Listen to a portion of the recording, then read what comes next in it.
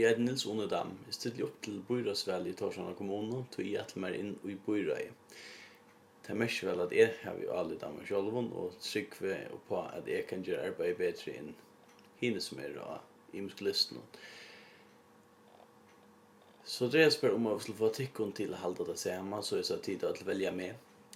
Og for jeg gjør det, så får jeg gjøre det mulig at komme i kontakt med meg.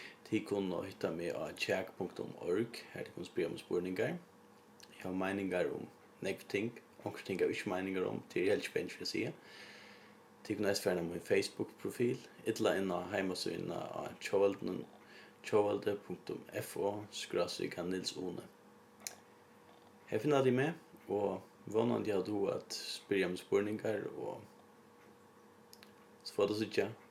Kanskje ta i 11. november kommer, så det er noe å velge med.